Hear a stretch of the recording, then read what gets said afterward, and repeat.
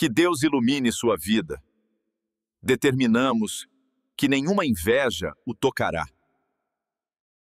Olha para mim, por favor. Vamos tirar lições desse Salmo 92. Existe um salmo que é mais conhecido do que o Salmo 92. Qual é? O Salmo 91, que é muito forte. Muitos sabem até de cor. Mas entenda, não existe na Bíblia só o Salmo 91. Tem o 92, o 93, o 94, o 100. A Bíblia toda é forte. Não fique preso só no Salmo 91. Não fique lendo só um salmo. E não fique lendo só os salmos. Leia a Bíblia toda. Outra coisa, não venha só segunda-feira. Não fique preso só a uma corrente. Venha quarta-feira. Quarta-feira vai ter esse sinal do fim dos tempos, essa série dos sinais do fim, esses alertas. Lute para você estar aqui, principalmente às 20 horas, com o Bispo Renato. No domingo, venha na igreja, coloque Deus em primeiro lugar. Eu me assustei com um testemunho que nós colhemos hoje à tarde, porque uma família vinha para a igreja, um homem e mais 4 mulheres. Esse homem teve encontro com Deus, recebeu o Espírito Santo e mudou de vida. Só que essas 3 mulheres era a mãe dele e 2 irmãs. E a vida delas, você pode imaginar uma vida de humilhação, de vergonha. E a irmã dele falou hoje aqui o seguinte: toda vez que eu falar para o meu irmão, eu estou com dívida, meu irmão, não está nada dando certo, meu irmão falava para mim assim, você tem que buscar o Espírito Santo, você tem que colocar Deus em primeiro lugar, você tem que priorizar Deus, você tem que parar de ficar vivendo em função de dinheiro, tem que parar de ficar olhando para o problema. E ela disse que dentro dela ela não aceitava.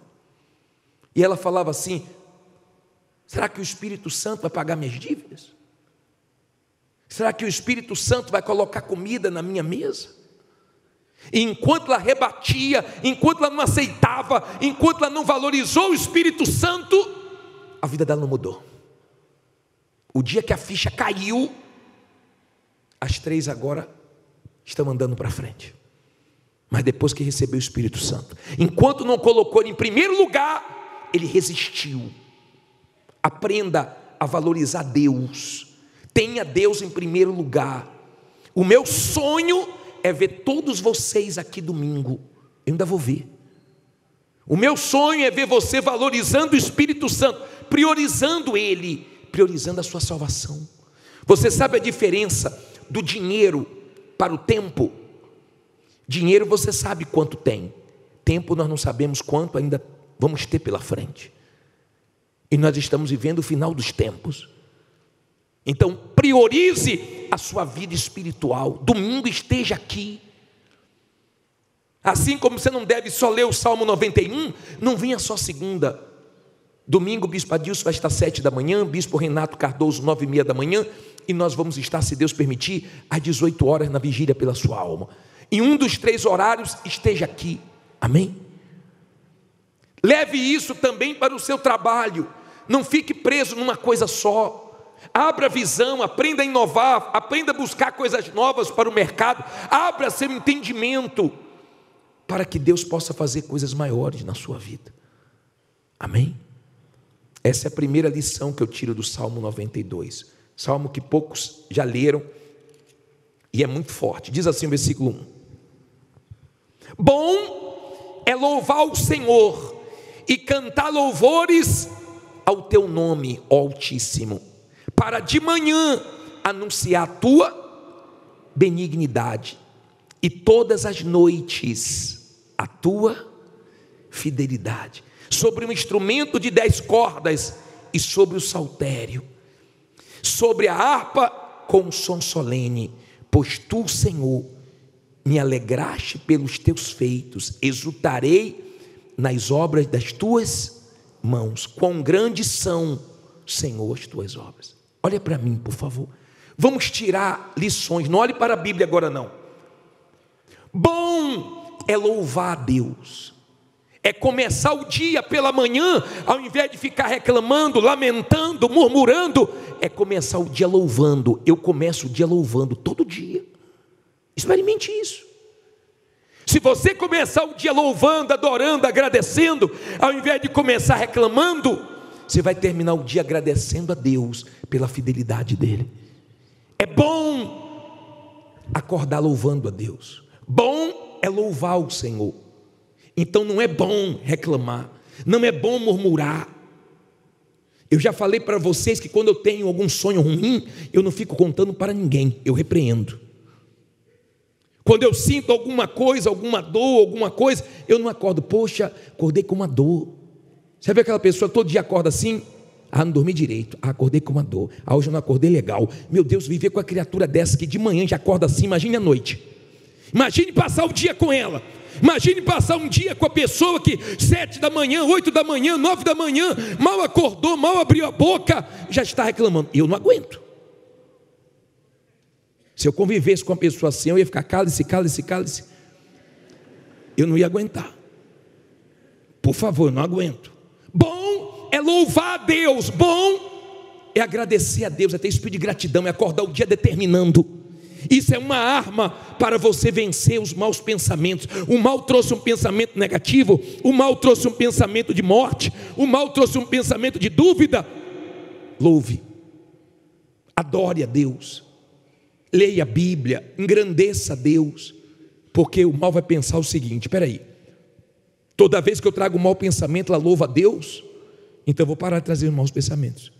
É isso que a Bíblia diz: resistir o mal e ele fugirá de vós. Então aprenda a ter esse espírito. Quando eu acordo, eu já acordo assim: louvado seja Deus, obrigado meu Deus. Eu abro os olhos, minha esposa já sabe, eu já começo a louvar. Eu faço isso todo santo dia, de domingo a domingo. Mas tem gente que reclama todo santo dia, também de domingo a domingo. Isso não é bom para você, isso não agrada a Deus. Amém? Aí diz assim, versículo 5: quão grandes são, Senhor, as tuas obras, muito profundos são os teus pensamentos. Toda vez que você vai na Bíblia, você está tirando os pensamentos de quem? De Deus, e colocando na sua mente. Aí diz assim: o homem brutal não conhece, nem o louco entende isto. Quanto ímpio crescer como a erva, olha que coisa forte. E quando florescem todos os que praticam o quê? E que serão destruídos perpetuamente. Isso aqui é um erro que muita gente comete dentro da igreja,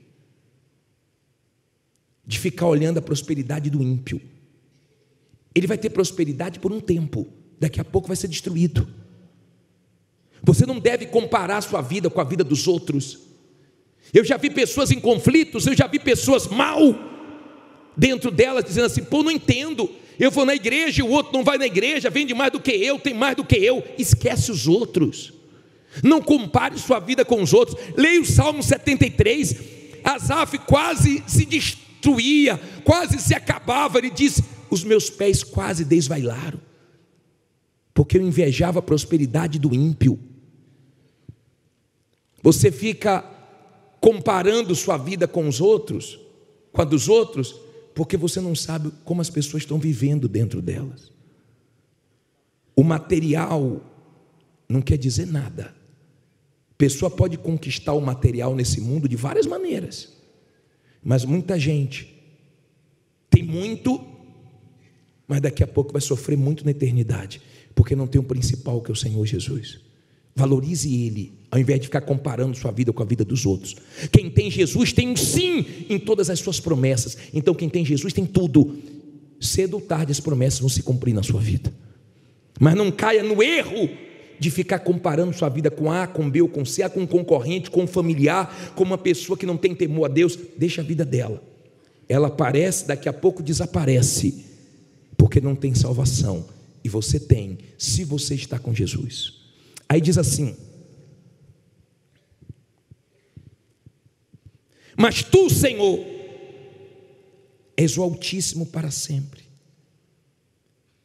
Pois eis que os teus inimigos serão, ó Senhor, eis que os teus inimigos perecerão, serão dispersos, todos os que praticam a iniquidade. Porém tu exaltarás o meu poder, como do boi selvagem. Serei ungido com quê? Com óleo fresco. Olha para mim, por favor, aprenda uma coisa. Quando você está com Deus, Ele renova suas forças.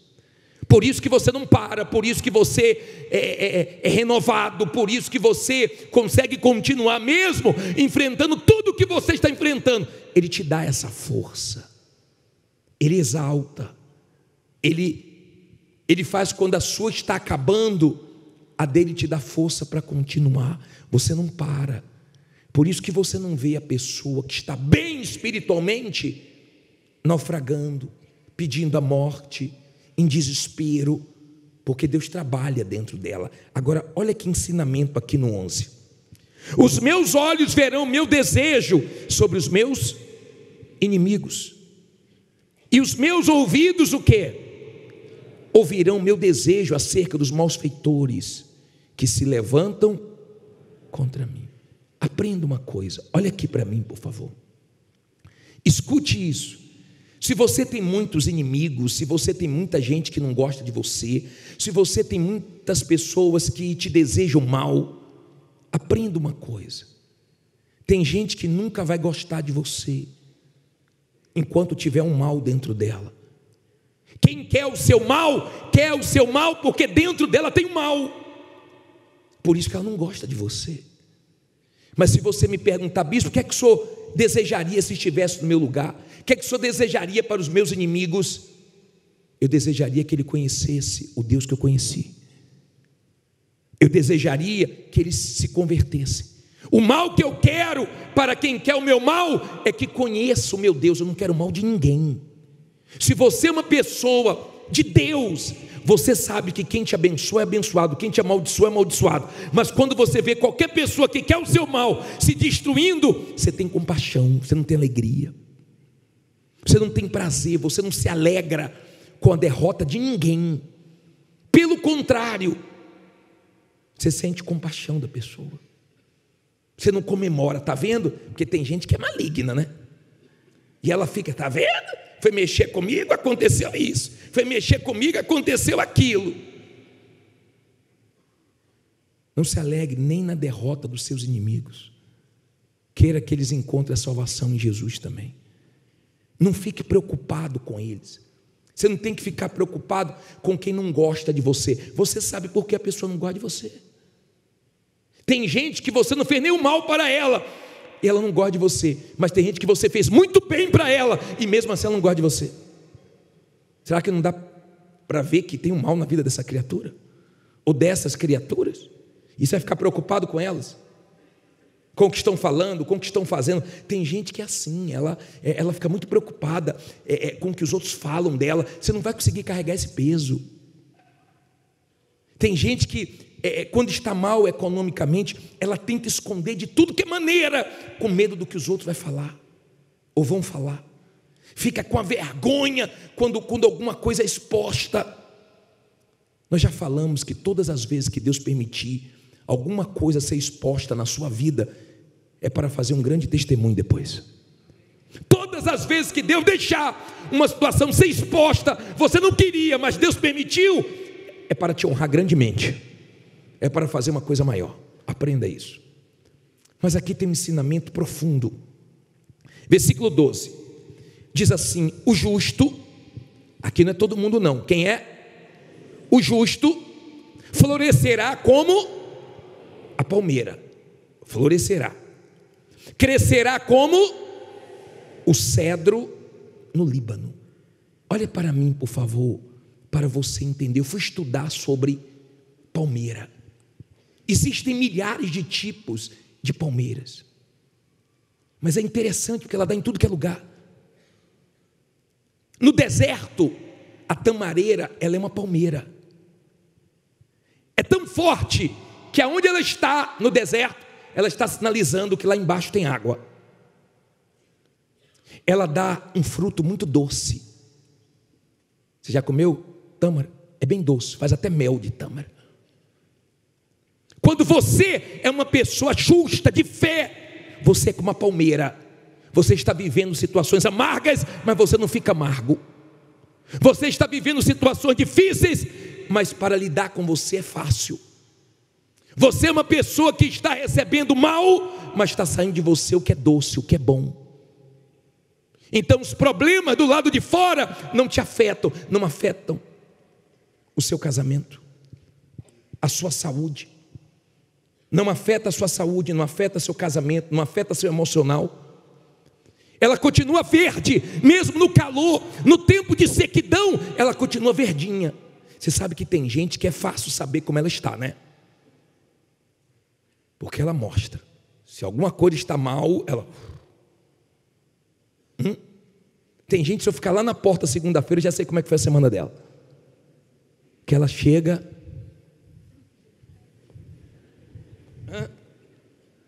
Até para levantar a cabeça é difícil. Falar, como é que está, senhora? Guerra. Está indo. Como é que está, senhor? Não precisa nem falar. Mas tem gente que está tão verdinha que você não sabe o que ela está enfrentando. De repente agora passando os piores momentos, mas continua brilhando, continua forte, continua animada. Já viu aquela pessoa que você tentou animar ela e ela acabou te animando? Você já teve essa experiência? Eu já tive. E eu tive uma experiência dessa muito forte, que me marcou. Nós temos um garoto solteiro que ele vivia no crime. E esse garoto, ele fez coisas erradas no crime e foi preso e pagou pelo erro dele. E ele veio para a igreja, se arrependeu, teve encontro com Deus, recebeu o Espírito Santo, foi levantado obreiro e começou a ser pastor lá no Ceará. E ele foi transferido e foi lá para o Rio de Janeiro. E eu estava lá no Rio de Janeiro, eu já falei para alguns aqui. Talvez você já ouviu falar sobre essa história em alguma das reuniões que eu fiz. E ele foi lá para o Rio de Janeiro e estava numa igreja do interior. E a polícia chegou lá e falou, vim buscar fulano de tal. E me falaram, bispo, a polícia está aí, diz que vai levar um pastor preso, um auxiliar preso. Por quê? Aí procurei saber o que aconteceu. Ele foi levantado no Ceará, deu testemunho no Ceará, só que tinha outro processo correndo além do que ele pagou. E esse outro processo ele não sabia. E eu liguei para ele e falei, rapaz, tem aqui uma situação da polícia, assim, assim, assim. Ele falou, bispo, se eu devo, eu me entrego. Realmente, falei, foi esse caso assim, assim, realmente eu estava lá. Não foi eu que agi, mas eu também estava lá. E se eu estou condenado por isso, eu não vou fugir. Se Deus me quer lá dentro, eu vou ficar lá dentro. O senhor pode ficar em paz. E aí eu peguei o advogado da igreja, levei ele na delegacia, ele se entregou. Tá bom. Pegou 12 anos de cadeia. Passou um ano e pouco, eu falei, eu vou no presídio hoje. Eu quero visitar ele, saber como é que ele está. E eu falei, eu vou dar uma palavra para ele. Minha esposa não podia ir comigo, era só um homem lá dentro. E eu peguei 2 pastores e levei comigo. E nós chegamos no presídio. Presídio, eu posso dizer, o mais difícil do Rio. Porque lá tinham as pessoas que foram expulsas das facções. E pedófilos, e só coisa pesada. E quando eu cheguei, o diretor me recebeu. E eu falei assim, eu vim aqui visitar fulano. O diretor falou assim, bispo, o dia que ele foi embora desse presídio, todo mundo vai sentir saudade dele aqui. Vem aqui para o senhor ouvir. Reuniu todos os agentes penitenciários, falou, como é fulano? Todo mundo falou, exemplo aqui, sempre com um sorriso. Ele que pintou o presídio todo. O banco que eu ia gravar o testemunho, ele é marceneiro, ele que fez. Aí, o diretor chamou mais 3 agentes e mandou chamar o rapaz. E o rapaz entrou na sala. Me deu um abraço. Pô, bispo, que alegria ver o senhor aqui. Falei, como é que você está? Ele falou, estou ótimo. Falei, você precisa de alguma coisa? Só tinta, para eu terminar de pintar. Aí ele falou assim, o senhor está vendo esse diretor? Falei, ai meu Deus. Falei, o outro que estava aqui não deixava evangelizar. Eu orei a Deus para tirar, veio esse. Esse aqui sabe que ele está aqui porque eu orei por ele. Aí já deu, o diretor já olhou assim, já baixou a cabeça. Ele falou, esse outro aqui, ó, estava viciado. Eu ajudei ele, orei ele, largou o vício, entregou a vida a Jesus. Esse outro aqui ainda não. Eu já falei para ele, esse vício vai acabar te matando. E chega aqui mal, dá para ver no semblante dele, mas tem um coraçãozinho duro, mas nós vamos vencer essa batalha. Aí o agente baixou a cabeça, e ele foi, esse outro aqui se converteu, Jabes. Aí eu fiquei olhando assim. Aí eu falei, sabe quantos anos você pegou? Ele falou, sei, 12 anos, passa rápido. Eu falei, caramba, isso é fé. Ele vai casar agora, ele vai entrar agora, 4 anos de pena por bom comportamento, ele vai para o semiaberto. Nós não casamos ele lá dentro para que a esposa não tivesse a lua de mel lá dentro, esperasse ele sair. E agora que ele vai para o semiaberto, ele falou, bispo, deixa eu ficar de pastor aqui. Aqui tem 1.800 presos. Eu cuido deles aqui, se Deus me quis aqui, agora eu entendi, porque Deus não permitiu eu saber desse processo, não ser preso no Ceará, porque Deus queria ajudando eles aqui. Eu saí do presídio, falei, meu Deus, eu vim dar força para ele. Eu vim animar ele. E eu saí impactado. Ele falou, bispo, nós vamos ganhar muitas almas. Isso aqui, quando apaga as luzes à noite, isso aqui é uma benção. Fiquei chateado no outro presídio que eu passei, porque me botaram na sala dos crentes. Para que eu vou ficar na sala dos crentes? Tem um bocado de gente se suicidando aqui, um bocado de gente desesperada aqui, viciada. Eu quero um lugar dos perturbados para poder ajudar eles. Que fé, que fé. E vai casar agora. Eu ia até mostrar a foto dele para vocês, mas deixa ele sair para eu mostrar. Vamos fazer uma matéria depois legal com ele. Que fé. Errou, fez besteira, mas se consertou. Deus é Deus que dá chance para a pessoa recomeçar. Mas está florescendo, não perdeu o brilho, a situação não ofuscou, não é uma pessoa amargurada, não é uma pessoa deprimida, não é uma pessoa que deixou a situação abater ele. É como uma palmeira, enverga, mas não quebra. Dá frutos, está com paciência, está com confiança, está com esperança. Olha o que ele disse, o justo será como a palmeira, e como o cedro de quê? Do Líbano. Você já pesquisou sobre o cedro? É interessante, porque nos primeiros anos o cedro cresce para baixo e só aparece uma pontinha com alguns centímetros, mas ele vai fundo nas suas raízes. Nos lugares rochosos, aonde as outras plantas param, as raízes do cedro continuam, elas vão fundo, elas são fortes nas suas raízes, mas depois, quando elas começam a crescer, elas chegam de 20 a 40 metros. Você já parou para ver o tamanho do templo? Já olhou lá fora? São 50 metros, ela fica quase o tamanho do templo. Elas ficam com 2 metros de largura.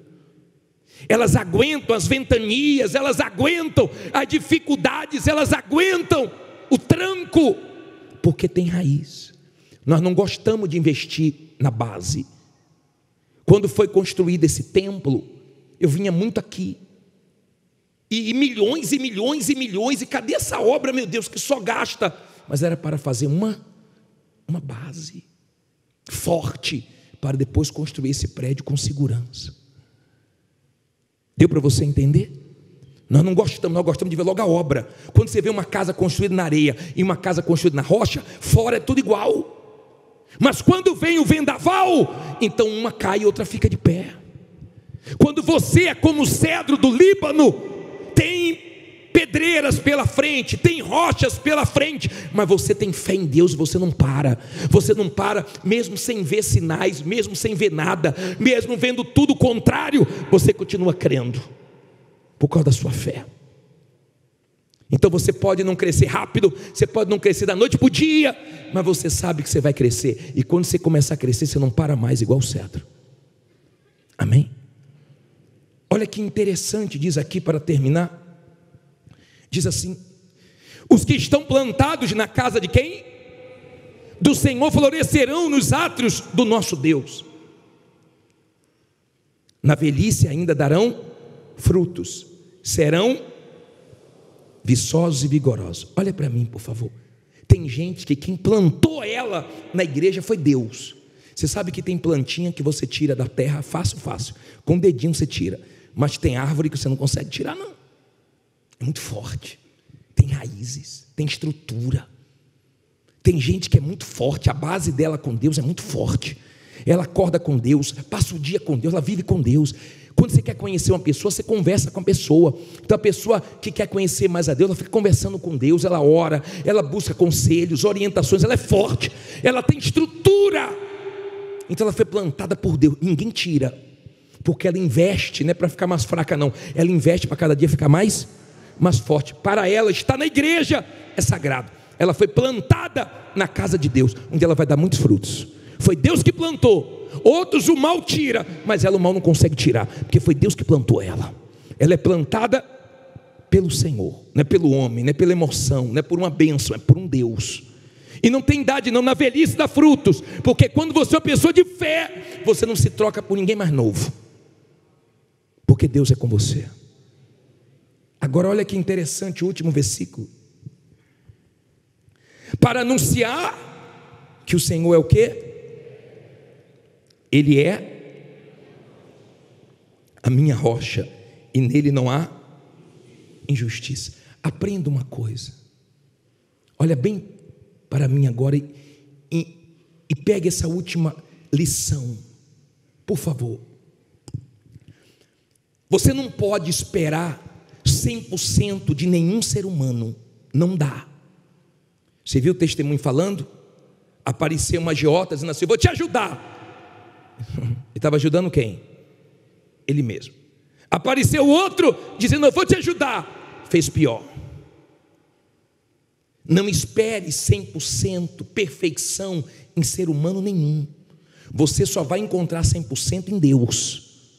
Você só pode confiar, minha amiga e meu amigo, para não ser frustrado em Deus, porque Ele é justo, Ele não é injusto, Ele não erra, Ele não falha.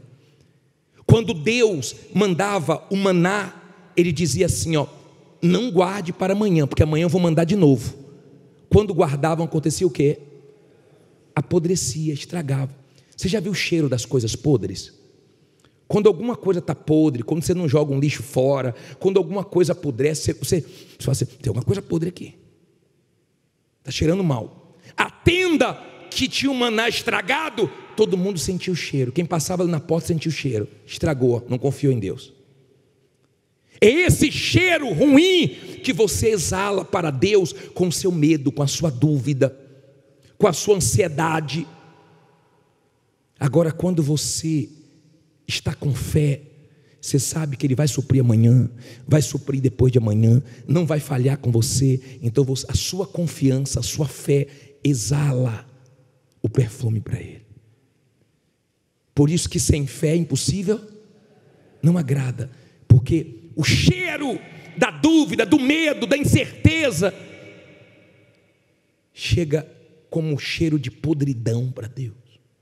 Ele fazia apodrecer propositalmente, porque Ele sempre quis que o ser humano confiasse nele. Deus é justo e não vai falhar com você.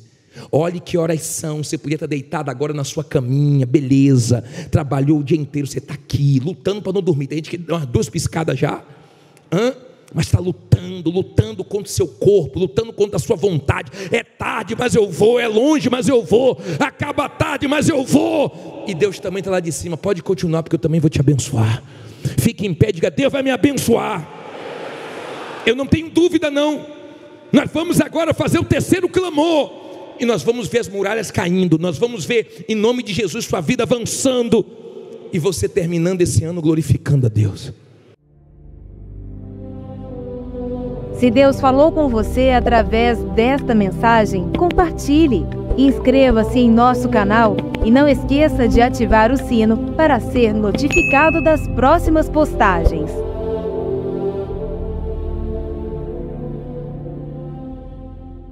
Preste atenção no que eu vou te dizer agora. Tem gente que acha que Deus se esqueceu dela porque está passando pela luta. Mas eu vim aqui hoje como profeta de Deus te dizer, não é o fim, é um processo. O Senhor está te moldando. No meio da tempestade está forjando em você um caráter aprovado, uma fé verdadeira. Você não pode se afastar da presença de Deus só porque as coisas ficaram difíceis. Não, é agora que você precisa se firmar mais ainda. A tua luta é grande, mas a tua vitória vai ser maior. Não perca o foco. Não ouça a voz do inimigo que tenta te fazer parar. Lembre-se, o diabo não ataca quem está parado. Ele persegue quem está avançando. Deus está contigo. E se ele está contigo, não tem demônio, não tem inveja, não tem circunstância que possa te parar. O céu te respalda. Levante a cabeça, continue orando, continue jejuando, continue buscando. A tua resposta já está a caminho. Deus não te chamou para viver caído. Ele te chamou para ser luz, para ser sal, para ser instrumento dele nessa geração. Então levanta, porque quem te chamou foi o Senhor dos Exércitos, e ele não falha.